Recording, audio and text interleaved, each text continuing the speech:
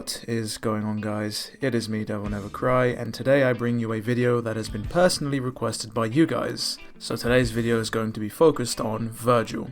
Who is he? Where has he been? And what the hell is he doing in DMC5?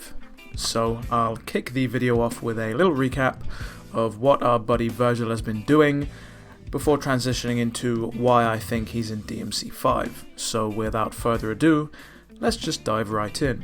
So for those of you who don't know, Virgil is essentially Dante's twin brother, though he's always been touted as the slightly older brother for some reason, and that's reflected in his more calm, collected, elderly manner compared to Dante. Following the death of Ava and Sparda, Dante presumed Virgil to be dead as well, considering he'd disappeared. He then decides to reappear a year before the events of DMC3, which can be seen in the manga, before he decides to disappear yet again in preparation for the events that happen in DMC3.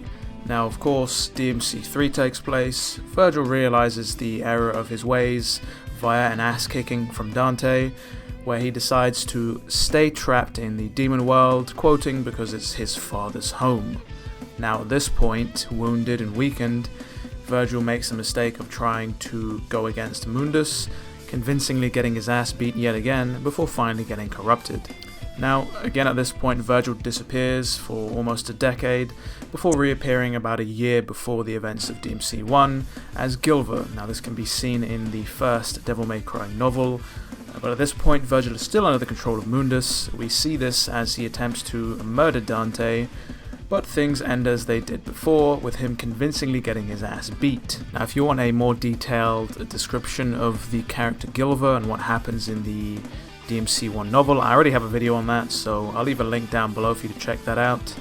But in the end, Virgil disappears yet again, before finally showing up in DMC1 as the fully corrupted, fully brainwashed Nello Angelo. Now, throughout the duration of DMC1, you face off against Nello Angelo 3 times, with each time ending with him in absolute anguish as all those childhood memories and memories of his previous life as Virgil beginning to resurface. Now, here's where things start to get a little bit more interesting. Because of the way Angelos work, the fate of Virgil has been up for debate for quite a while now. If you're uncertain as to how they work or how Nello Angelo was even formed in the first place, I have a video for that, so you can check that out in your own time. Again, link in the description. But to cut things short, none of the games actually allude to or state that Virgil is dead following the events of DMC1.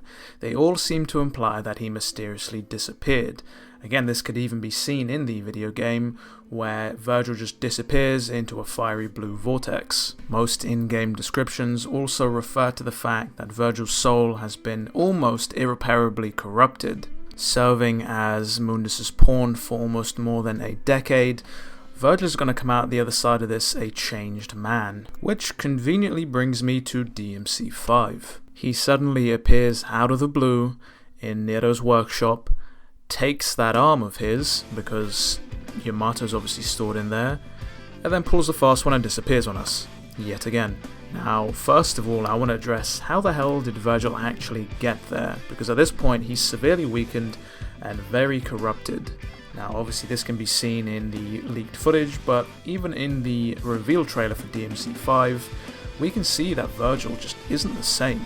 So, I personally have two leading theories. The first one is that Dante, in hell at the end of DMC2, somehow manages to find Virgil in the demon world and takes him back to the human world. The second alludes to the demon tree. Now, this tree acts as a portal from the human to the demon world, and Virgil simply managed to walk his own way out of there. So now that we've covered how exactly Virgil managed to get to where he was, let's talk about why he took Nero's arm, the Devil Bringer. Now, the first and most obvious theory is this idea that Virgil wants the Yamato back. It's his weapon, it's his keepsake, it's held inside the Devil Bringer, it's rightfully his, so he does what anyone would do and just takes it back. Now, looking at what was leaked, and again, spoiler warning here, Virgil alludes to this idea of himself running out of time. Now, that might mean that he is running out of time. Maybe he needs the Yamato back to sort of repair himself, his soul, considering the weapon is a physical manifestation of his demonic power. Or maybe somebody else is in danger, maybe Dante is in danger, and he needs the weapon to help him. We don't know. That's only one theory. My own personal theory is another spin-off of that. Now, considering the weapon, the Yamato, is a physical manifestation of Virgil's power, and with Virgil being corrupt, what if the Yamato itself was corrupt and doing harm to Nero? Maybe that's why he decided to take that arm off of him, because there would be no way that Virgil could convince Nero that taking that arm of his was for his own good. And putting those two theories together kind of makes sense. The only way for Virgil to get back to how he was would be to reunite with the Yamato, and at the same time he would be saving his son, or whoever else needed to be saved. But those are just my thoughts. What do you guys think about the video? What do you guys think about Virgil coming back? I know you guys have your own thoughts and theories, and I'd love to hear them down in the comments below.